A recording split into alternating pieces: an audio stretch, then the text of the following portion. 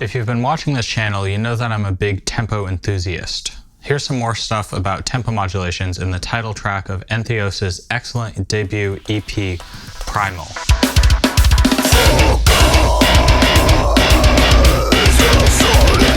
The track starts with one cool groovy riff, and that riff comes back about 2 minutes later.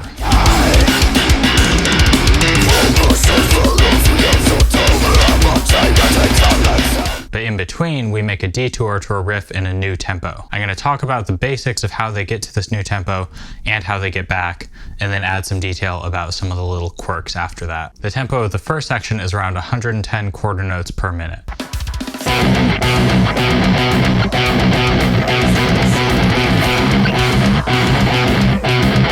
We leave it behind with a classic dotted eighth note becomes quarter note tempo modulation, which you hear a fair amount in hardcore type bands.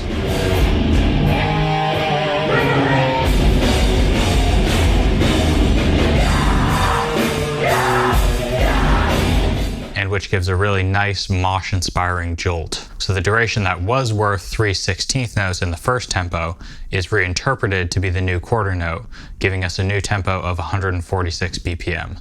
Here it is slowly.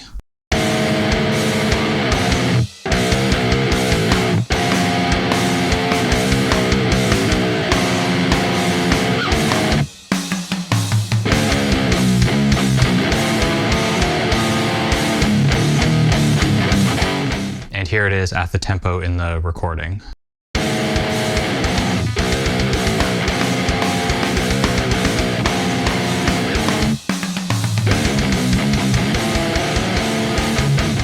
We hang out at this tempo for one riff, and then we do the inverse of that tempo modulation to get back to the original tempo.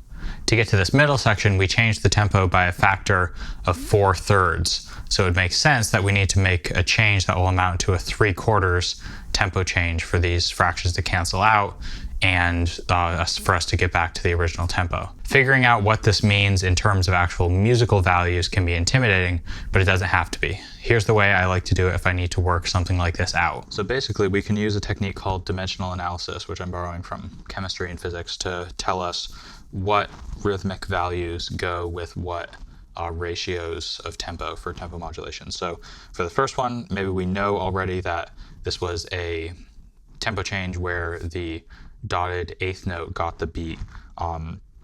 So we know that we started with 110 quarter notes per 1 minute, and then we can just start doing some stuff with ratios. So we know that there are 4/16 notes per 1 quarter note, and then we know that there are 3/16 notes per 1 dotted eighth note, and then through this we can see that the quarter notes cancel out, the 16th note cancel out, and so we're left with 110 times 4/3 equals 146, which is what we already knew.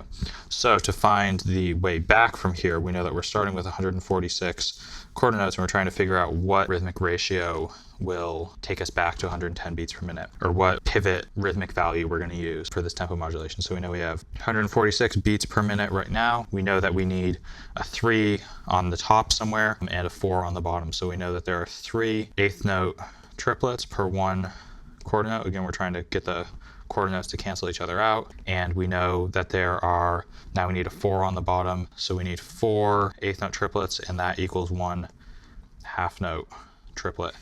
So what we've discovered is that for this new tempo modulation, or the inverse of that first tempo modulation, we need to use a one where the half note triplet gets the beat to take us back, and then that will mean that we end up with 146 times 3/4 equals 110. So we're back where we started.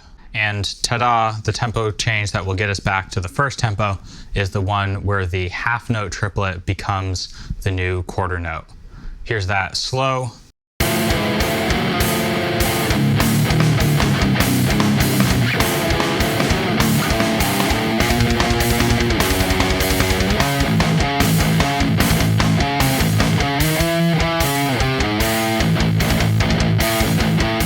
And here it is at tempo.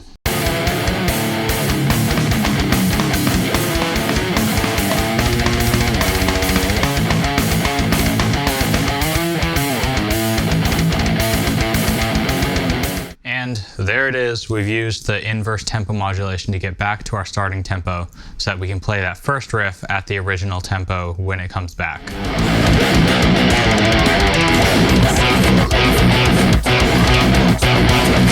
So the basic shape for these first few minutes is something like this, where we start at a tempo, do one sort of tempo modulation to get to another tempo, then use the inverse of that tempo modulation to get back to the starting tempo. But tempo in the actual song is made a little more complicated by two main things.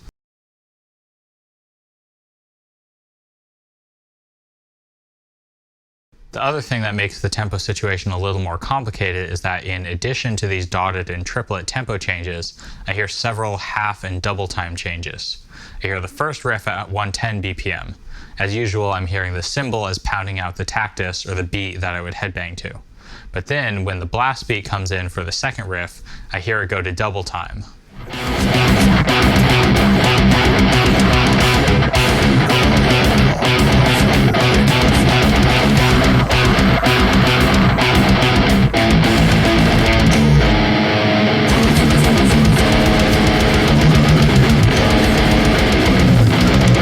Then the opposite thing happens within the middle tempo section.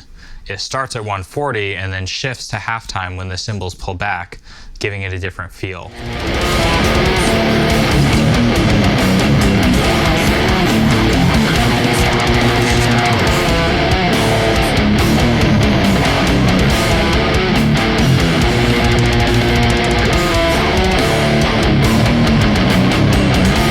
For all of these, I say I hear because there are normally at least a few options for what the beat might be, and different people might feel different beats. You might feel one that's half as fast as me or twice as fast as me. The main point here is that I think one of the things that's so fun about Entheos' music and the music of other bands who do this sort of thing is that in addition to all the changes in rhythm and meter, they give even more options for ways to change how you move to this music by way of all these simple and less simple tempo changes.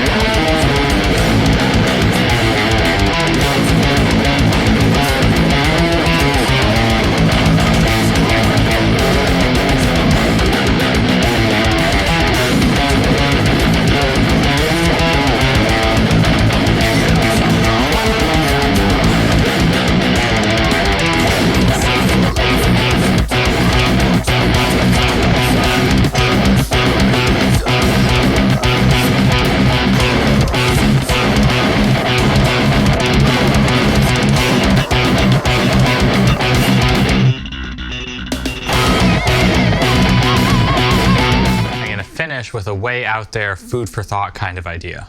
A lot of people who write about rhythm and meter like to find parallels between how these time-based parameters are similar to things in traditional harmony. Here's one link that I haven't seen other people write about. In common practice harmony, the basic thing that happens is that a piece will start with a tonic pitch, move to a pitch a fifth above and hang out there for a while, or maybe even treat it as a new tonic, and then move back to that original tonic. This little section of Primal does something like that, but with tempo instead of key area.